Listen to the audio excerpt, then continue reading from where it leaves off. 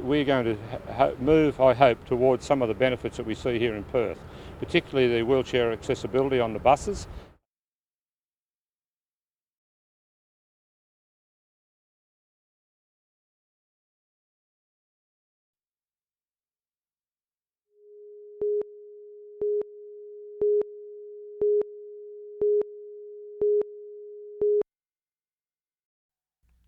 The Crocs veteran Robert Rose got the visitors off the mark in a sign of things to come, while Michael Kingma replied for the Pirates. Kevin Brooks went solo, capping off a great start to the game, which was played at a frenetic pace. The early signs were looking good for the Pirates. Travis Lindstrom's long shot never looked like missing. The Crocs' new recruit Ruben Nemhard got himself into all sorts of trouble, but came up trumps. But there was no doubt the visitors were out to steal victory, and Peter Crawford was their man. And while there was no shortage of hip on the court, the Pirates' Geordie Cullen chimed in with the hop. The Pirate went for a second, but was denied by Greg Vanderjack. The Gosford 19-year-old rewarded with points of his own. Kevin Brooks kept the home team ticking along, top scoring with 23 points. But while the Pirates had plenty of pizzazz, the final 10 minutes was telling. The Crocs were a little more clinical, Robert Rose scoring a game-high 36 on the way to a 15-point Townsville win. Cullen Robinson, NBN News.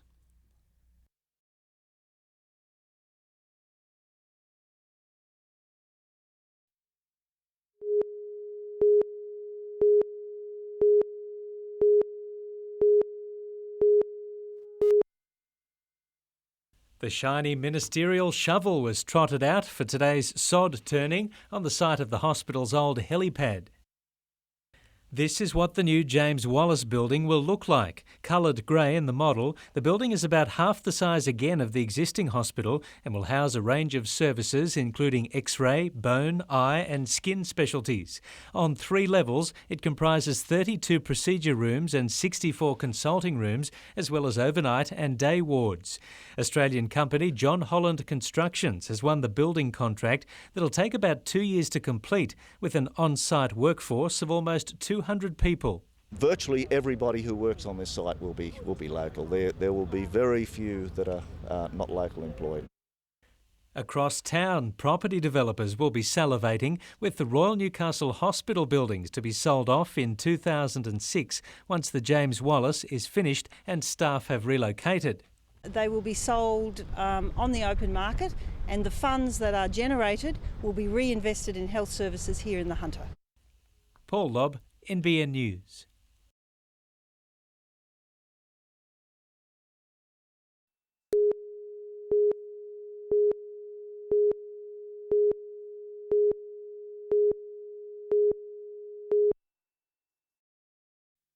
For the third day in a row, the storm clouds moved in, bringing rain and plenty of it. Derby Street was awash, so was King Street.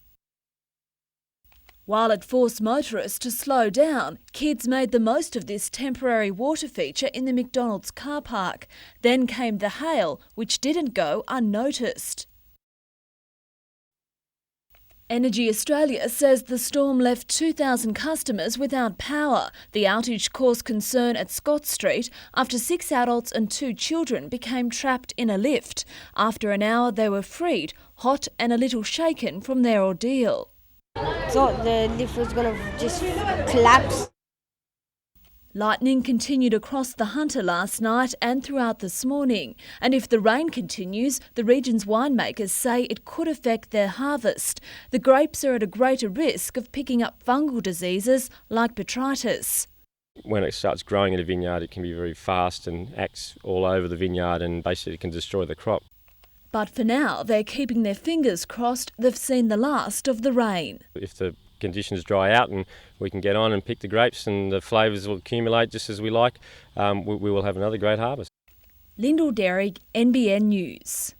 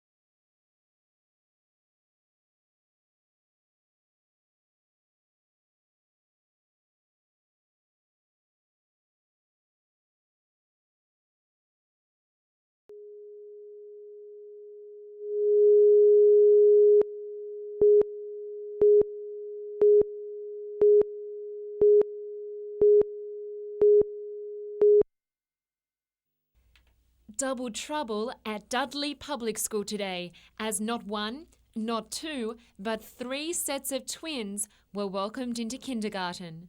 Meet Amelia and Madeline. They've already learnt the importance of knowing what to eat for morning tea. From Nana, a dip, and I didn't like my biscuits, but anyway, the same as Amelia had. Excellent. They're twins. This is Rory and Declan. Rory likes what the classroom has to offer, It's got all these toys in it. while his brother has decided not to play cricket with the older boys yet. Because they got really hard balls. Imogen and Emma had their first taste of teacher reading time. It was called The Ugly Duckling. Any parent of twins knows the dilemma of deciding whether to separate them or keep them in the same class. Year 5 twins Zach and Christian say the youngsters should do something different to avoid confusion. I started to gel my hair and it just gelled it back so they would know which one was. And a final word of advice: Always stick together.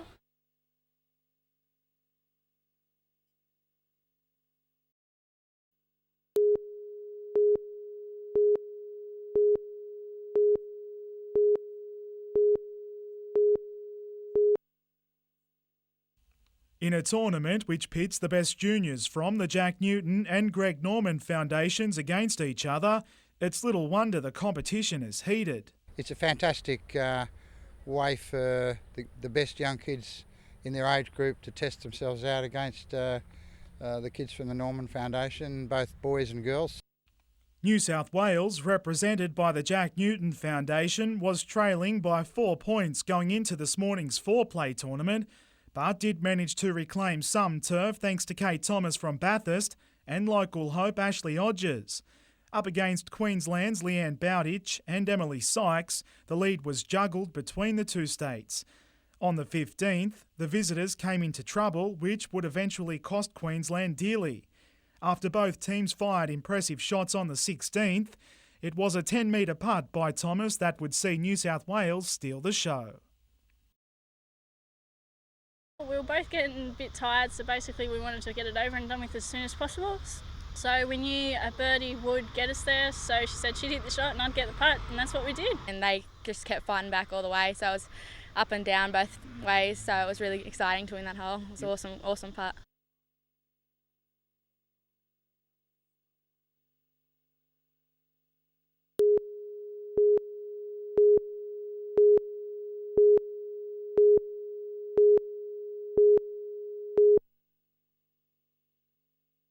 It's a global event and a major draw card for Newcastle, but staging Surfest each year doesn't come cheap. Today, the state government provided $50,000 to help out. For me, Surfest is one of the most exciting weeks of the year. It's just, it's epic having the world's best surfers, right here on Newcastle Beach. So, that funding makes that possible. So it's wonderful to receive that today. The money will be used to fund the women's events and improve the status of female surfing. It's encouraging news for competitors like Merryweather's Brianna Brent. The standards are just increasing each year, and I've seen so many more girls surfing around here now, and it's going to be a great event to watch. The state government has recognised surfing's value in our local culture. We also believe it's part of the government's program to encourage our young people to get involved in lifestyles that are healthy, and clearly surfing is a lifestyle that we'd like to encourage. Surfest will begin on the 16th of March. Its rating will be announced on Monday. However, it's expected to return to its former status, a 4-star event, making it one of the premier surfing competitions in the world. Lyndall Derrick, NBN News.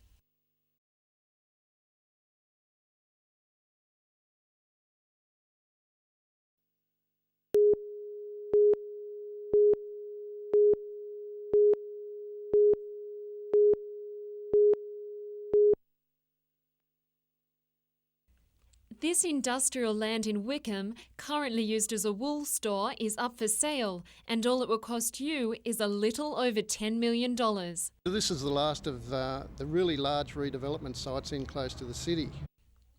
Up until a decade ago, this street was lined with wool stores in what was once a busy maritime precinct. But in recent years, one by one, they've been demolished and sold to developers. This site, owned by the Australian wool handlers, is the last major block of land in Hennell Street dedicated to wool storage. At 6.7 hectares, the land may be subdivided into residential blocks, turned into a commercial business park, or even a shopping centre, depending on council approval. We've had expressions of interest from 5 parties, even before we've really got stuck into the campaign. Local developers and some from Sydney have already shown a keen interest. After the sale, the company will lease the land back for another 3 years to allow time for the buyer to arrange rezoning with the council and for the company to relocate west to the city, where the land value is much lower. Now that the decision's been made to sell, on we go. Linda Kincaid, NBN News.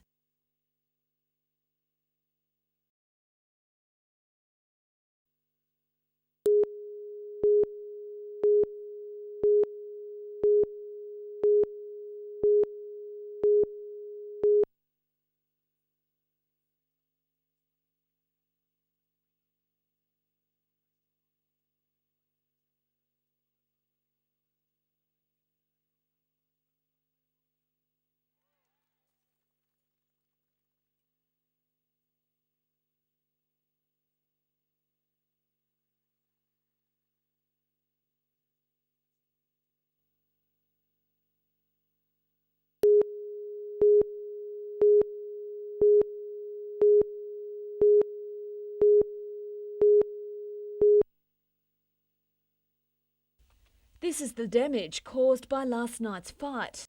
Like, we actually stood here and watched them smash the cars and we could not stop them. My husband and I just stood here, just devastated, and then my husband slowly backed us into the house. Police say it began when a brawl broke out at Webb Park at midnight. The group of young people then moved to this house in Wood Street. There's probably about 50 young boys out the front, maybe 60, and they're all hurling stones at me, bottles, yelling out. The youths then returned to the park, where several fights broke out. Police admit they were clearly outnumbered. Up to 200 people had gathered at this park, and with just 18 police officers and the dog squad on the scene, backup was called from Newcastle and Waratah police stations. It's certainly a frightening situation for the police, and no doubt for the people who live in the area who might be witnessing what's going on and seeing such a large group of people outnumbering the police. 5 people were issued with infringement notices, but so far no charges have been laid. Several residents say some of the youths may have been members of a local gang. I can't comment on whether it's gang related. It's certainly not known to me that it's gang related. Lyndall Derrig, NBN News.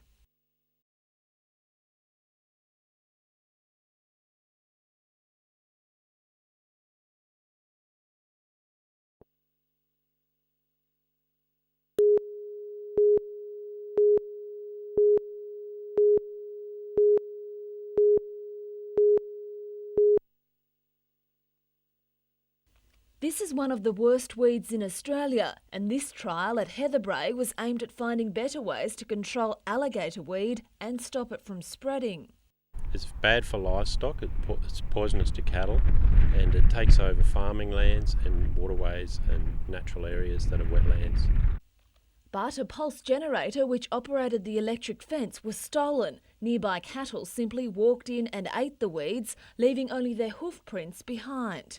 It means the trial by the Department of Agriculture will be set back for at least a year. There's a lot of work and money gone into these experiments, and to have to come back next year and repeat the experiments is quite disappointing for those involved.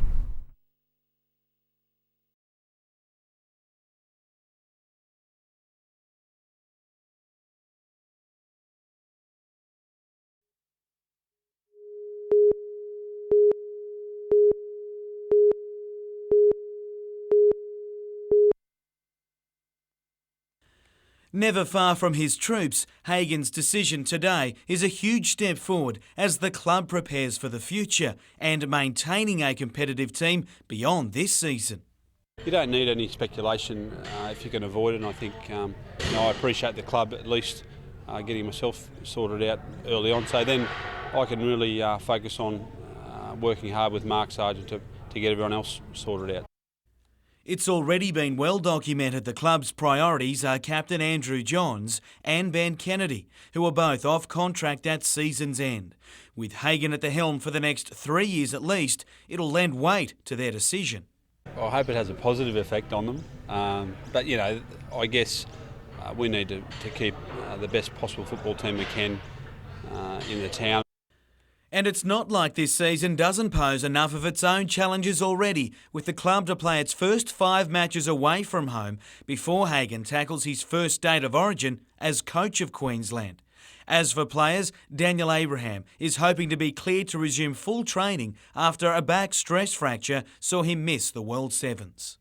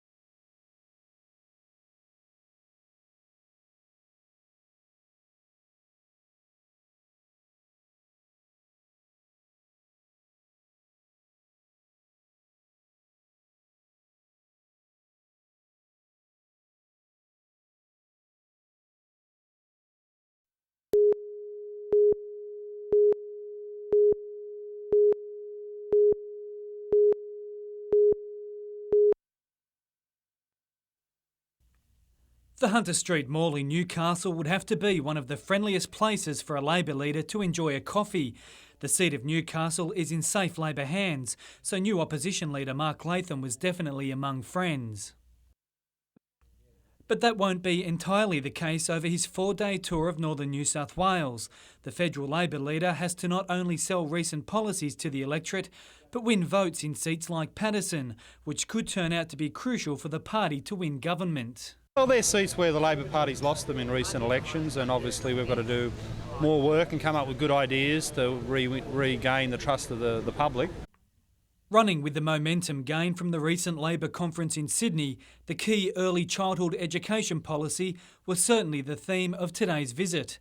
Latham, once known as a firebrand frontbencher, is now considered by many to be a front runner for the Lodge. I think in modern politics we've also got to ask for more public participation, get more people involved and listen and learn as we go along.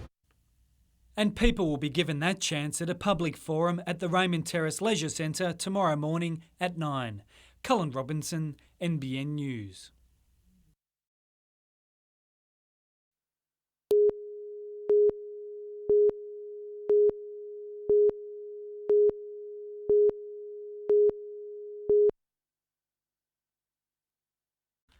The Swans are no strangers to the region, having played pre-season matches here before, but always keen to build on their supporter base. It was out and about time today. Starting with the grassroots, the full squad was out in force in Newcastle.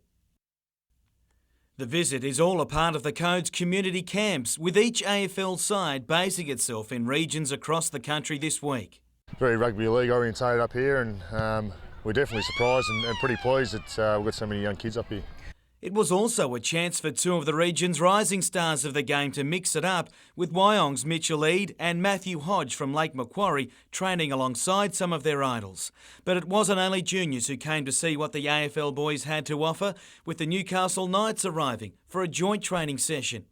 Respective mentors Michael Hagan and Paul Roos able to swap ideas before swapping teams. Hopefully they show us how to do it, not how to do it on us. The Swans had more to worry about in their own Barry Hall, who seemed to like the idea, while Matt Parsons could be the next in line for code swapping. You'd hardly think Andrew Johns needed any more tips on kicking, but when it's Paul Roos handing out the advice, you wonder what the Knights captain will come up with this season. The Swans will train tomorrow before spending Thursday sending players to a range of towns throughout the region, including Singleton and Nelson Bay.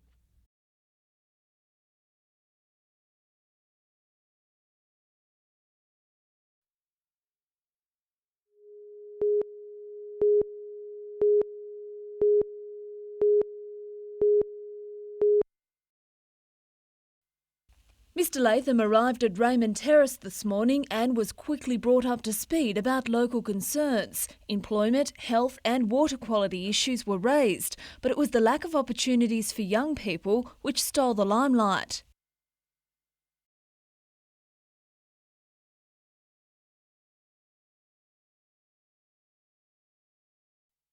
Not happy with the Labor leader's response, Kerry Lee Menzies stormed out of the forum, but not before she got the media's attention.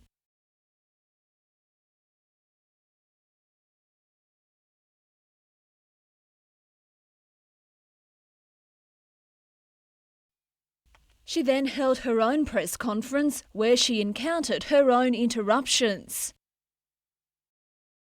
The Labor leader appeared unfazed by today's sudden outburst. He maintains the answer to youth problems lies in education. People who work hard and study hard through school got to go on to TAFE and university and other training opportunities and get people into good jobs. But according to some, that might be easier said than done.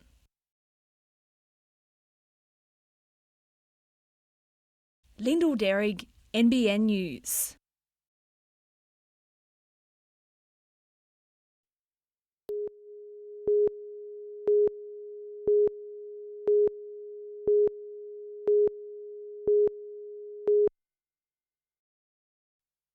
The attack happened at the Tomaree Education Centre near Nelson Bay on April 3 last year. Two 16-year-old girls were shot with a bolt from a crossbow. The projectile passed through the upper body of one girl, then impaled both legs of the other victim. A fellow Year 11 student today pleaded guilty to maliciously wounding the first victim with intent to cause grievous bodily harm, but entered a plea of not guilty to a further charge relating to the second girl. In his opening address, Crown Prosecutor Laurie Gray told Justice Barr the incident happened several months after the youth had ended a year-long relationship with the girl who was the main victim of the attack. The Crown will allege he told police she had not appeared to care about their relationship ending and wanted to show disapproval of what she had done. It's alleged the youth bought the crossbow by mail order over the internet. A day after he received the weapon, he took it to school, approached his ex-girlfriend and fired a razor-tipped hunting bolt. The Crown claims the head of the bolt was calculated to have maximum impact, maximum effect for a kill. Despite his ex-girlfriend being wounded, the youth threw a petrol bomb at the teenager, however it failed to ignite. The first witness to give evidence today was John Russell Clark, the proprietor of South Australian company Osbo, supplier of the crossbow. He outlined details of email correspondence for the order and the supply of hunting tips for the crossbow bolts. The trial continues tomorrow. Gary Blair, NBN News.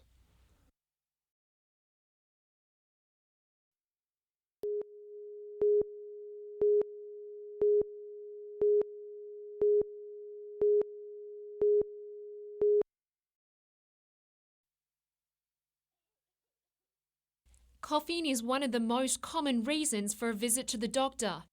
But for people who suffer from chronic cough syndrome, it can persist for up to 20 years as there's no proven cure. Most people who aren't smokers, the common causes are asthma, postnasal drip syndrome and reflux. But there's a relatively new treatment on trial, and that's welcome news for sufferers like Jenny Thomas. Her coughing had persisted on and off for more than 18 months. I couldn't do the things that I wanted to do. I couldn't speak at meetings, I couldn't talk to people on the phone. I just couldn't have social interaction. Jenny was one of the first patients to undergo the treatment, and now she wants to help other people with a $25,000 grant into further research. The treatment focuses on the vocal problems caused by persistent coughing. It involves a thorough assessment of their vocal cords, testing the patient's pitch range and strain on their throat muscles. We want really objective proof that the treatment that we're giving works, and we want to also know what components of our treatment are working. The trial will last 4 weeks. People interested in participating can call 4921 3726. Linda Kincaid, NBN News.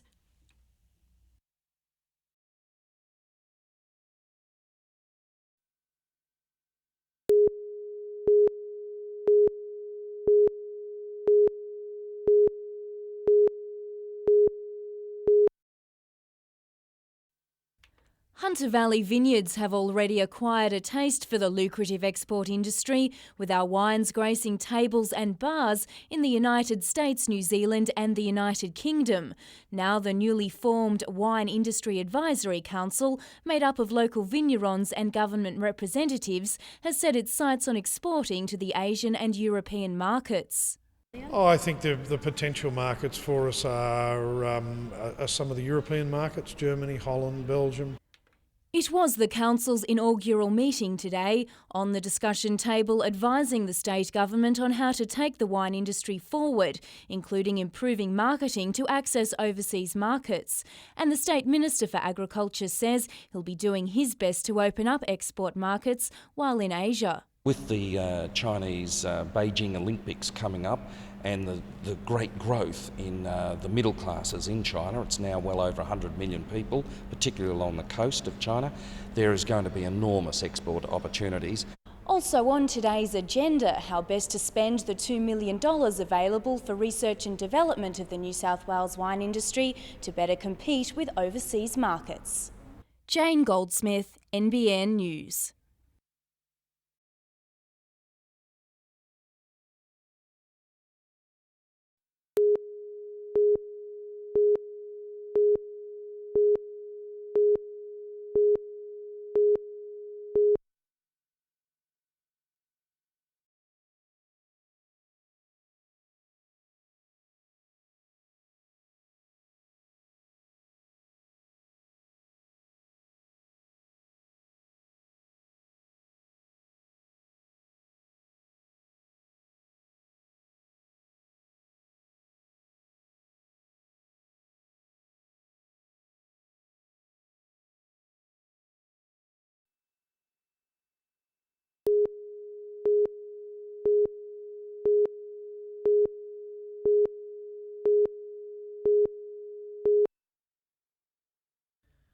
While interest centres on Laura Davies, most can simply focus on their game, and Nick Flanagan is no different.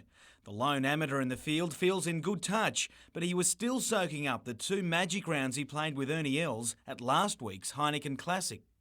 Yeah, that first round was just unbelievable. I probably won't ever see anything like that again. The iron play he was performing at there was just ridiculous. I mean, he hit it inside 2 metres all day and didn't have to hold that many long putts, so it was good stuff. Get a few tips? Yeah, a few tips here and there. While he doesn't feel suited to the modified Stableford format of the tournament, Craig Parry has a real taste for the scoring system after finishing second in this event 2 years ago. Yeah, it's a different type of format. You just got to keep making birdies, and it doesn't matter really how many bogeys you make. You just got to make birdies. It's fair to say, though, the real question remains: will the big hitting Davies match it with the man? And it's one the champ herself wants to find out.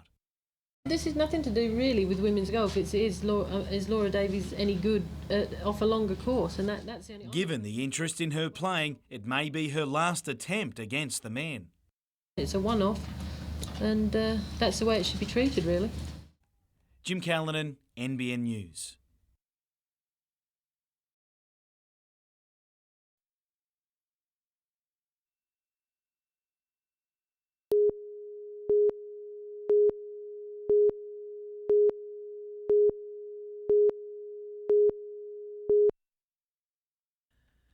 There has been little joy for the Pirates in their maiden season, and for Travis Lindstrom, it's really hurting. The leg's been bothering me a little bit, but It hasn't been an injury that's like kept me out. You kind of, once you step out on the floor, you don't even really think about it. Requiring a cortisone injection at the weekend, it's hoped that'll be enough to get him through the next few weeks as the season comes to an end, but at least he's playing. Well, we've got Chris Harriman who will be out indefinitely. He's going to have a bone scan, and I'm not sure what that's going to spell for him, but obviously it's more serious than what we initially thought. Floored by a stomach bug, Alan McCowan looks to be fine for the Giants tomorrow night in a match the cellar dwellers fancy themselves in against the league's underachievers. Victoria has lost its last 8 games and Hunter would dearly like to make it 9. We surely would, and I think they're one of the teams who expected to do a lot better than they've done this season. So.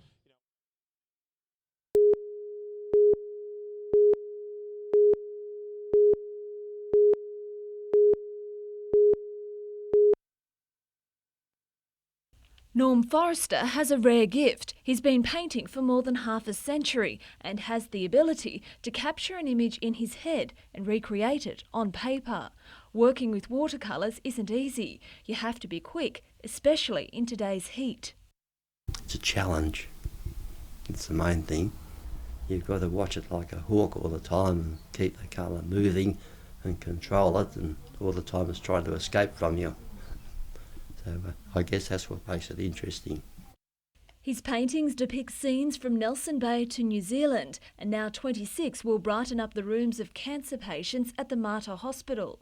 Norm made the generous donation after being impressed with the treatment he received there last year, and he remains philosophical about letting his works go. Send things to the gallery, and sometimes they come back and sometimes they don't. It's a fact of life, you know.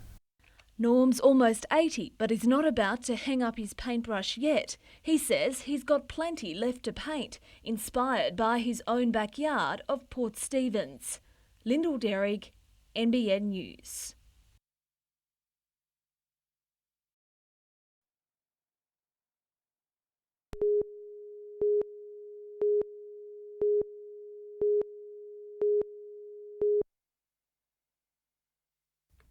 If you happen to be walking or driving by Newcastle Civic Park this morning, you may have wondered why there was a semi-naked woman posing in the stifling heat. No, it's not a new water fountain feature. Instead, it's art. There are a lot of artists who are out there on the streets making their work from interacting with people. The display is part of the region's first art tourist trail, which aims to attract art enthusiasts to 5 Hunter Valley locations during the next 6 weeks. The Newcastle Regional Gallery launched its exhibition this morning, bringing to life the works of contemporary Melbourne painter Kristen Headlam, who is one of 40 artists showcasing their works. And I'd really like people to come away from all the different shows with the idea that artists are out there, they're engaged with the communities. Newcastle's What Space features the only student contribution to the show, with a mix of film, video, painting and photography. Tourist trail exhibitions will also be on display at the Lake Macquarie, Maitland and University of Newcastle art galleries. Colleen West, NBN News.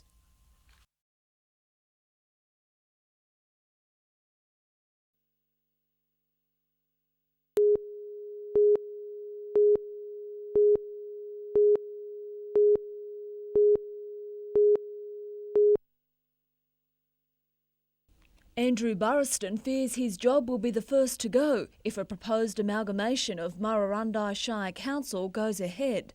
While the state government has promised no permanent council jobs will be lost if boundaries are changed, it's little consolation for the 17-year-old who's a contract worker.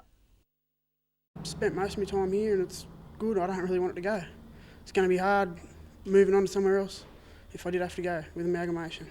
The council is the town's biggest employer, and young people say if it goes, it'll have a flow-on effect. There's also services that are going to be taken away, and that means that young people aren't going to want to come back here because there's not going to be the jobs offered. Locals say the proposed amalgamation is just another blow for the small country community, which is already struggling to keep its young people in the town. 19-year-old Matthew Perkins moved away from Murrurundi to study teaching, but he's concerned he won't have a job at a local school to come back to. If they knew what it was like to live here, they certainly wouldn't be taking it away from us. We will lose children in the school and we will lose teaching staff. The hospital won't have the same number of clients, consequently we won't need the same level of staffing. Lyndall Derrig, NBN News.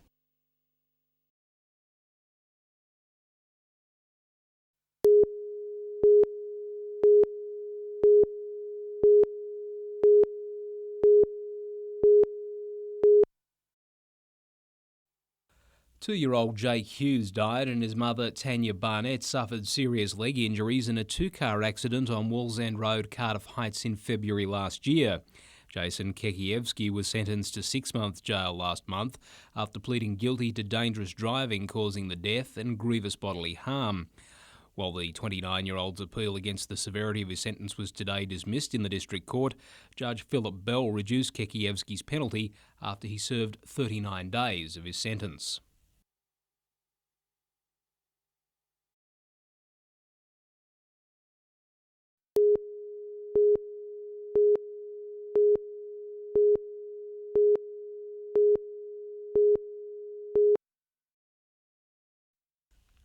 The 17-year-old youth, who can't be named for legal reasons, has pleaded not guilty to the attempted murder of his ex-girlfriend and malicious wounding with intent to cause grievous bodily harm to a second girl.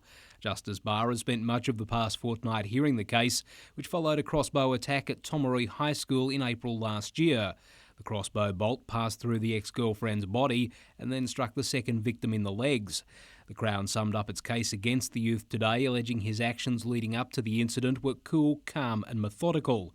Prosecutor Laurie Gray pointed to the way the boy had coolly and calmly used a suitcase to disguise the crossbow so it could be taken to school to confront the intended victim over her reaction to the boy ending their relationship. While not disputing many facts in the case, Defence Counsel Peter Zara maintains his client didn't want to kill his ex-girlfriend. He asked Justice Barr to take into consideration the boy's state of mind at the time of the incident.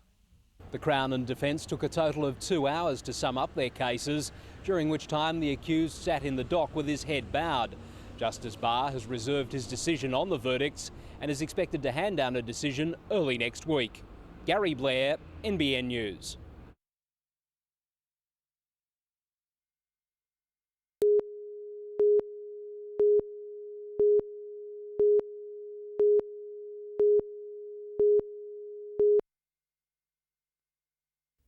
It may look like any other construction site, but this single-level building in Beaumont Street, Hamilton is unique, designed for the use of the blind and vision impaired. It's fully accessible, and that includes the needs of people with other disabilities as well as our client group. Close to public transport, visible in a commercial area. The Royal Blind Society is relocating its Hunter headquarters from this two-storey building in Lehman Street, Cooks Hill. Unlike the old centre, the new facility will house more staff to help treat children and a state-of-the-art kitchen used for training. It'll be, the full range from a piece of equipment that, beeps when you pour cups of tea and milk into it to, how do I use my microwave? How do I label my cupboards? Questions 7-year-old Sam Jones will no doubt be asking when the centre opens, as well as learning further skills in a specially designed lab. As he gets older, there's going to be a computer room here that will teach him skills that he can carry on for when he wants a job or just things in later life. Sam helped launch the Society's True Colours appeal last year, donating his own pocket money to help raise $600,000 needed to finish the project off. Adam McKilrick, NBN News.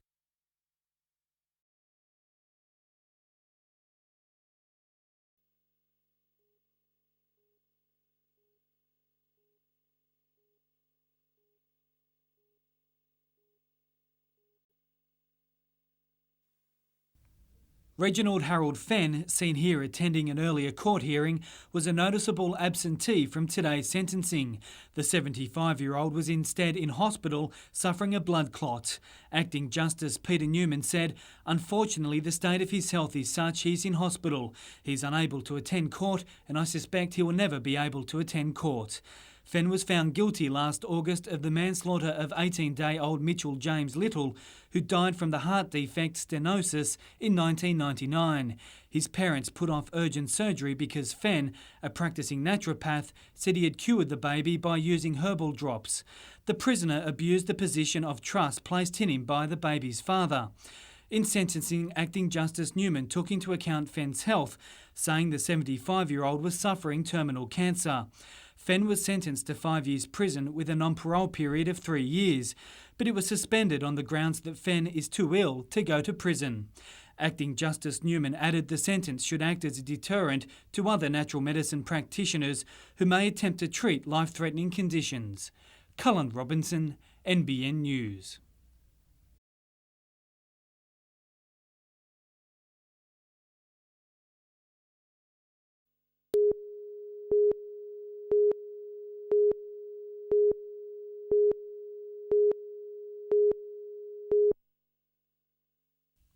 Life Activities Inc. has a reputation for providing an innovative service to its clients, which include people with disabilities or the disadvantaged.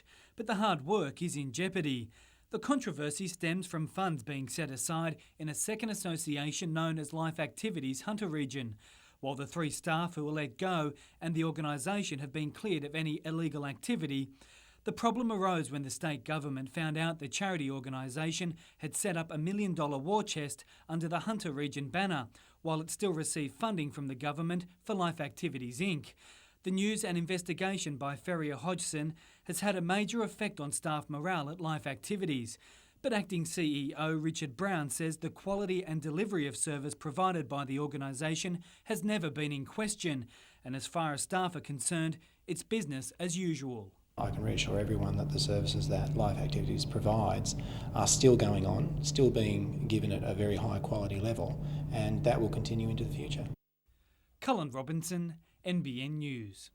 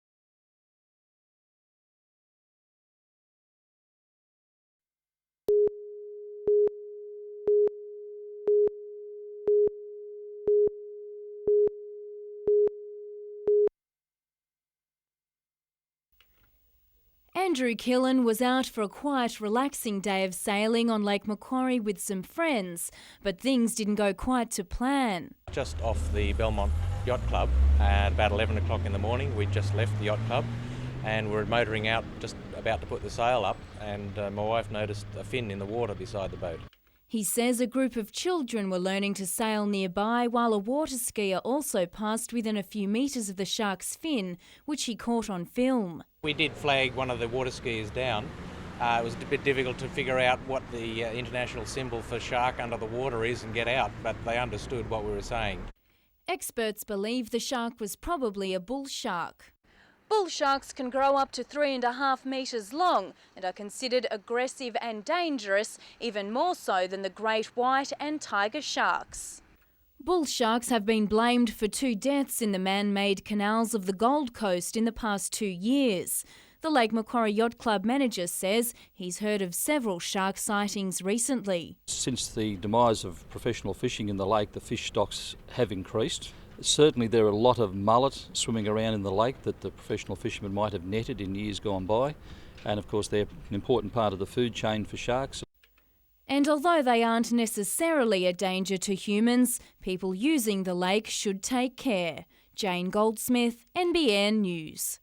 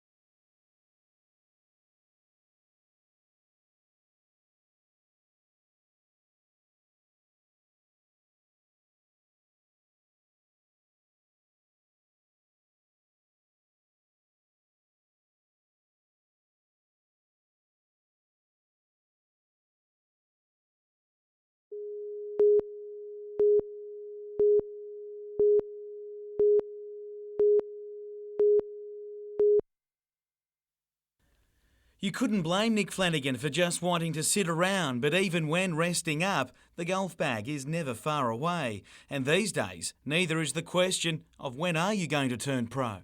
That is a big question that I'm being asked a lot at the moment, but I'm not too sure when I want to go yet. Feeling more at home at each professional tournament, his third placing at the ANZ Championship is just another indicator of the 19-year-old's talent. It's experience he's after for when he does go pro, and his trip to America next March will be a huge learning curve, with the US Masters to be followed up with the US and British Opens later in the year. Having Greg Norman's caddy Tony Navarro at Augusta National won't hurt either. That was probably the best news I've got this year, so I mean, Tony Navarro on the bag at the Masters is a pretty good thing. As for the ANZ Championship event returning to Horizons, you didn't get much argument from winner Brian Davis, who won the modified Stableford event. Obviously, I'd love to come back and defend next year, and hopefully it'll be back here, and hopefully we can see you all here next year. Some 30,000 spectators turned up for the 4-day championship. Meanwhile, Charlestown's James Nitties has withdrawn from the Tasmanian Amateur Championship with an ongoing back problem. He'll see a specialist later this week. Jim Callanan, NBN News.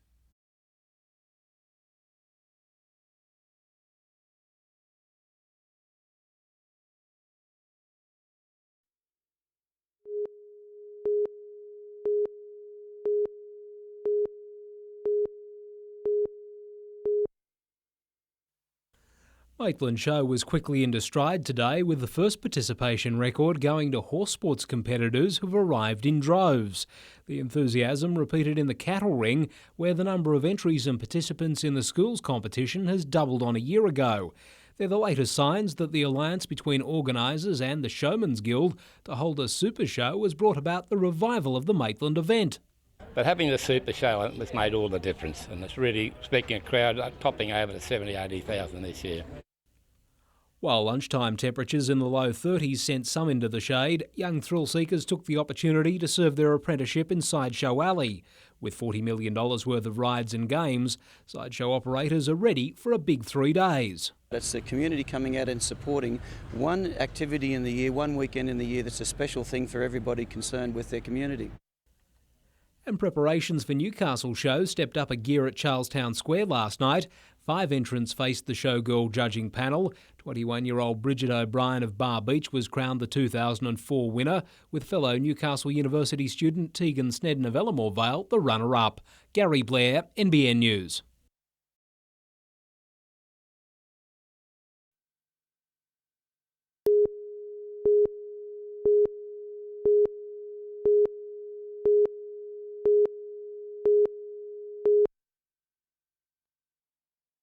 After an earlier stint with the Knights' Jersey Flegg side, Trent Salkeld has been given a second chance of sorts. The former country fullback given his first real opportunity to earn his stripes tomorrow night. I'm starting on the wing tomorrow, give Dave Siege the first go at fullback, and then me and him will be swapping after the first 2 quarters. So, yeah, I'm happy to sort of play anywhere in the backs. Wherever I get put, then, I'm happy. Happy may be, but he admits the lead up to his big game is a little unsettling. During the week, getting more nervous when Mum rings up and says, Anthony Minicello's playing and all this, and so the nerves getting a bit worse, but there's a lot of other blokes in the same boat. Among the debutants, Terrace try-scoring machine George Carmod and Parramatta import Steve Witt. The 5'8", who also wore the number 7 jumper at the Eels, has no preconceptions of what Newcastle life will be like. I don't think I'll be cementing it, mate. I'm just there for a bit of backup in the halves in case anything happens to Kurt or Joey. But in the spirit of trial matches, Witt hopes to be given other opportunities around the park. I might get a game maybe at hooker or 5'8" even, just to see how I go in different positions and see where I can fit in. Tomorrow night's trial against the Roosters will be played at the Tomaree Sporting Complex and kick-offs at 6. Adam McKilrick, NBN News.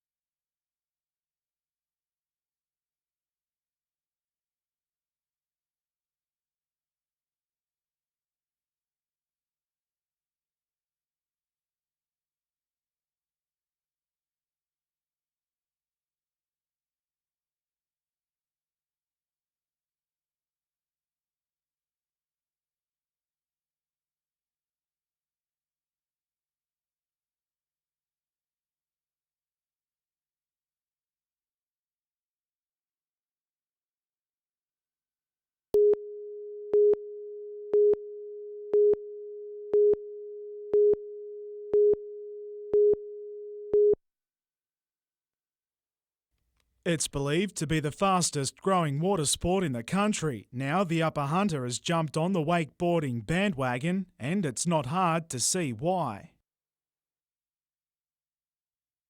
One of the country's top-ranked riders, Chris Bauer, did more than his bit to showcase the sport, and where better than Waterfest. The three-day event is a Singleton Council initiative, and this year it just so happened to fall on what is one of this summer's hottest weekends. We've encouraged people to keep up their fluids, to make sure they apply plenty of sunscreen, enjoy the shade, but what better place to be if it's going to be hot to be at Lake St Clair. The event is designed to promote the waterway, and it appears to have worked, thanks largely to an army of volunteers. The Rural Fire Service, St John's Ambulance, the Crest with the radio, all the community comes together for a feature such as this. Learning to sail by remote control proved a popular option, while wood chopping and an Aboriginal performance took centre stage for those who could stand being on shore. Our numbers are a little bit down at the moment, but we're still very hopeful with the big fireworks display that we have tonight that will increase our numbers significantly, and of course it'll be a bit cooler and no sun as well. Adam McIlrick, NBN News.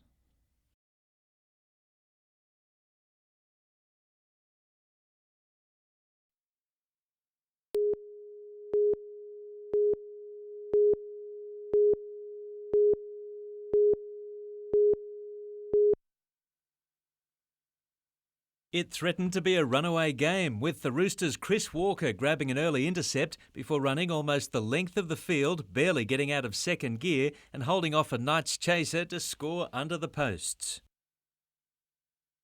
Another early try saw the Roosters streak ahead by 12 points. Without senior players Andrew Johns, Danny Badiris or Ben Kennedy, the Newcastle fightback began. After half-time, a burst from Ryan Cross eluded all comers as he grappled with the ball while dodging traffic. With the score getting away from the home team, the Knights found a late opening in the corner, finishing the game 10-point losers.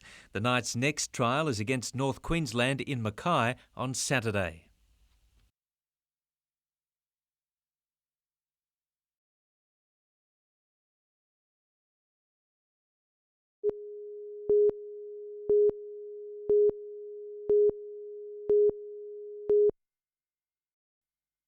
For almost 50 years, Challenge Armidale has helped people with disabilities. Music therapy is just one of the services offered.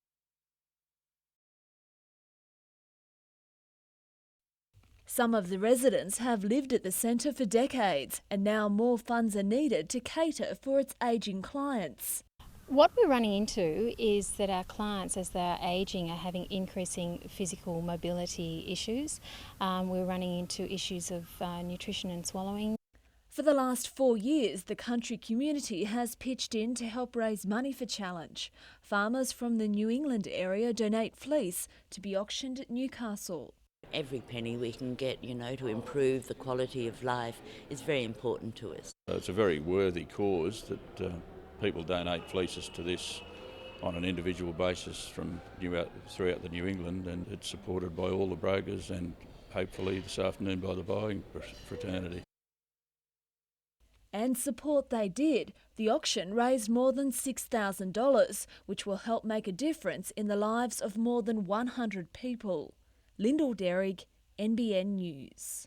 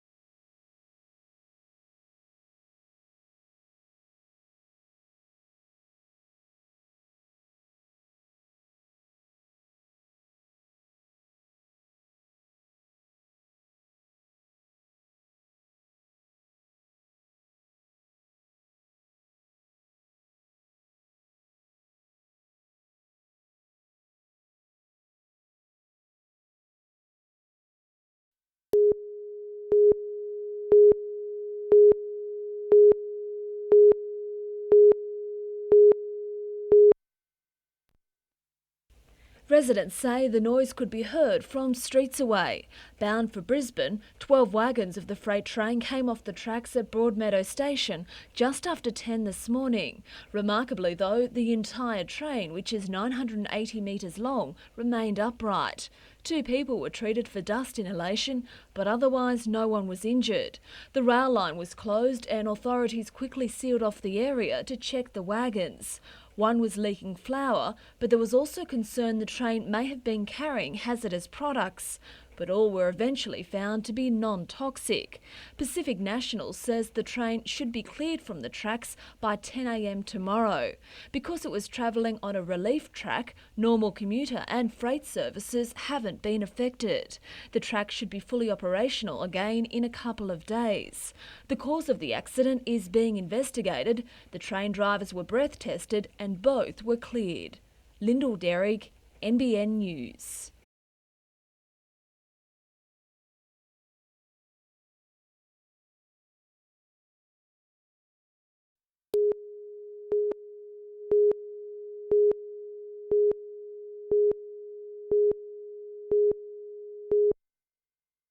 If built, it'll be one of the largest resorts in the Hunter Valley, touted as a 7-star resort with 550 rooms, sprawling across 220 hectares at Duns Creek, just east of Patterson.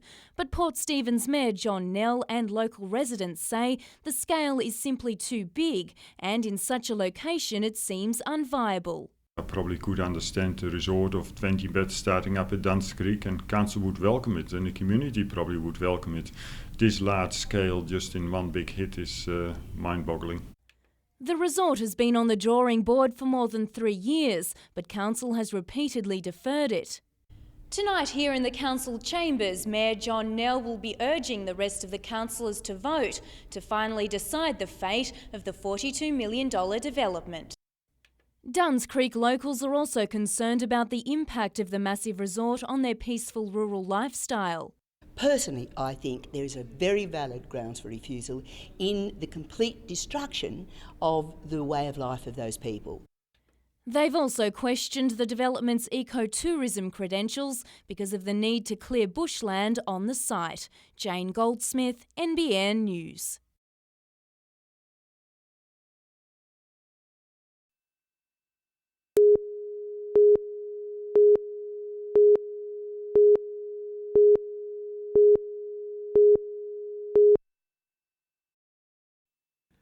Starting the competition as number 1 seed, Victorian Joseph Siriani would have probably preferred the rain delay to continue.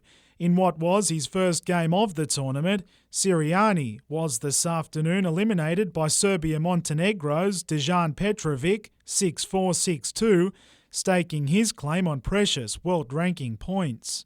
Yes, well, this is the first rung on the ladder of making it as a tennis player, and you get the first ranking points or improve your ranking, and of course that's what governs if you get into the big tournaments and one day play the Australian Open or Wimbledon. Another upset was on the cards, with Gosford's Nathan Healy leading early in his match against number 3 seed Filip Pripyc from Sweden before rain again stopped play. Of the 153 players to enter the rich ITF tournament 3 weeks ago, just 8 remain, with the final, weather permitting, pencilled in for Sunday. Adam McIlrick, NBN News.